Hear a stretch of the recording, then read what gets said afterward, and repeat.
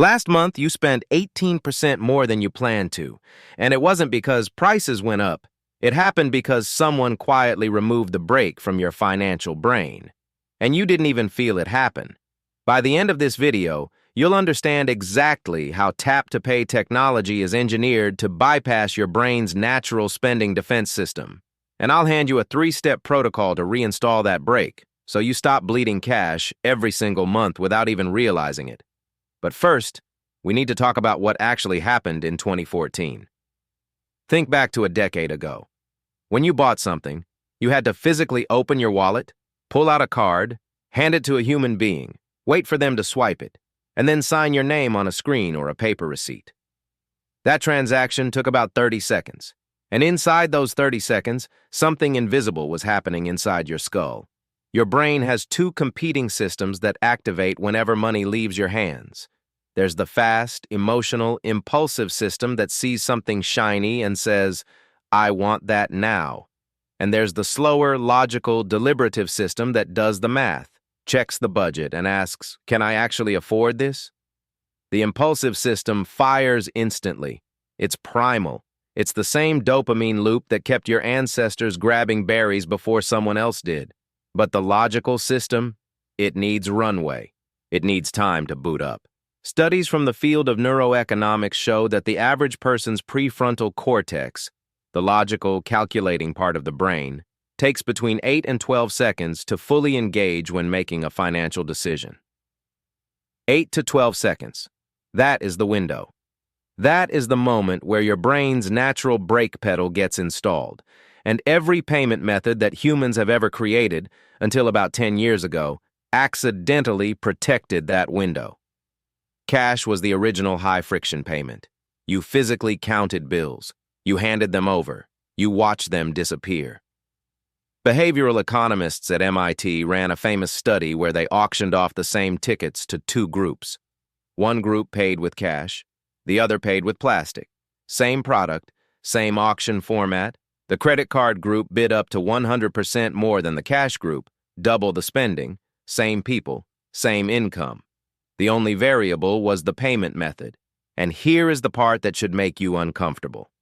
When researchers scanned people's brains during these transactions, they found that paying with cash activates the insula. That's the pain processing center of your brain. The same region that lights up when you touch a hot stove or stub your toe.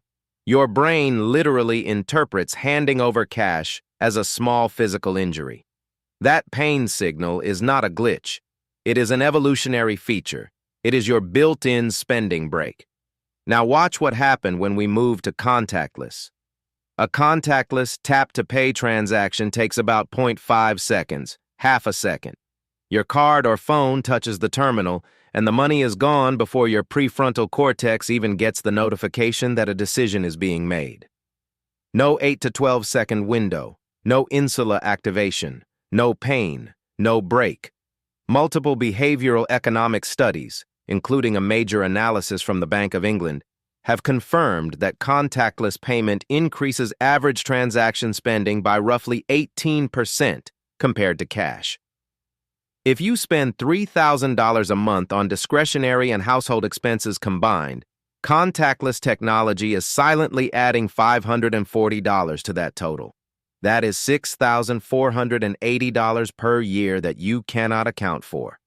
That did not buy you meaningfully more happiness. That simply evaporated because your brain never got the chance to hit the brakes. And here is why millennials specifically need to pay attention to this. You are the first generation that adopted contactless payment as a primary spending method during your highest consumption years. The average millennial carries $55,000 in total debt. Now add an 18% contactless overspend on top of that. The problem compounds because most of that overspend is going on credit cards with average APRs above 20%. You are paying interest on money you didn't even intend to spend. That $540 a month carried on a credit card at 20% interest and minimum payments adds another $86 in pure interest every single month. So let me reframe this. Contactless payment is not costing you 18%.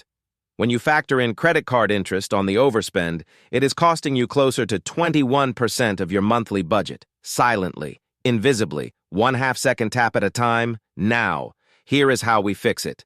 I call this the friction restoration protocol.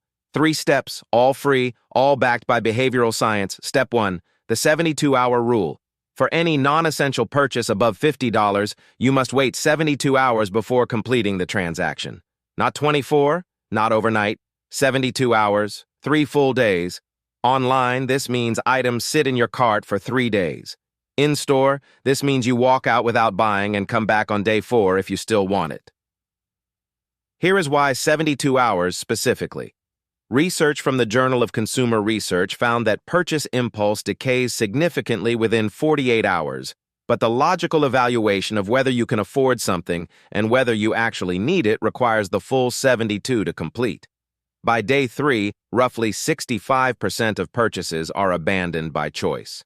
Not because you couldn't afford them, because your prefrontal cortex finally finished the calculation and said no. Step 2, Cash Wednesdays. 1 day per week, every single week, you pay for everything with physical cash. Not your card, not your phone, not your watch, bills in your hand. This is not about budgeting, this is about neuroscience. You are recalibrating your brain's spending pain response. Remember the insula? That pain center that goes dormant when you tap to pay? Handling physical currency wakes it back up. Researchers call this the denomination effect. When you physically count out and hand over cash, your brain experiences the loss in a way that digital numbers on a screen cannot replicate. After 6 to 8 weeks of doing this once per week, your brain starts generating what behavioral scientists call a phantom pain response. Even when you tap to pay on other days, you will begin to feel a ghost of that cash loss sensation. You are essentially reinstalling the brake pedal. Not perfectly, not 100%. But enough to slow the impulse system down. Step 3, the weekly friction audit. Every Sunday, you sit down with your banking app and you review every single contactless transaction from the previous 7 days. One by one, manually, not to categorize, not to budget, not to judge yourself. For each transaction, you ask yourself exactly one question. If I had to pull physical bills out of my wallet for this purchase, would I have still made it? If the answer is yes, highlight it green. If the answer is no or I'm not sure, highlight it red. This is not about guilt. This is about data collection. Over 4 to 6 weeks, patterns will emerge. You will discover that your contactless overspend clusters in specific scenarios. Maybe it's the coffee shop on Tuesday mornings. Maybe it's the Amazon order at 11 p.m. Maybe it's the lunch you buy at work because you forgot to meal prep. Once you see the pattern, you cannot unsee it. Your brain begins preloading the friction. You will be standing at that terminal, about to tap, and the audit question will fire automatically in the background. So let's talk about what happens when you run this protocol for 90 days. Based on the 18% contactless overspend we established earlier, the average person running this protocol claws back around $540 per month. Over 12 months, that is $6,480 back in your account. Now here is where it gets genuinely exciting. If you take that recovered $540 per month and invest it in a low-cost index fund averaging 8% annual returns, in 10 years, that recovered contactless spending grows to $98,000. In 20 years, it is $316,000. In 30 years, $812,000, nearly $1 million. Not from a raise, not from a side hustle, not from cutting out coffee. From reinstalling the brake pedal that tap-to-pay technology removed from your brain, contactless payment is not evil. It is a tool. But a tool that removes your ability to think before acting is a tool that will cost you more than it saves. The friction restoration protocol does not ask you to stop using contactless payment. It asks you to rebuild the mental checkpoints that used to exist naturally when money was physical and spending required effort. 72 hours on non-essentials over $50. Cash 1 day a week. Audit every Sunday. That is how you take the wheel back. If this was helpful, there's more on the channel about behavioral finance, spending psychology, and how your brain makes money decisions.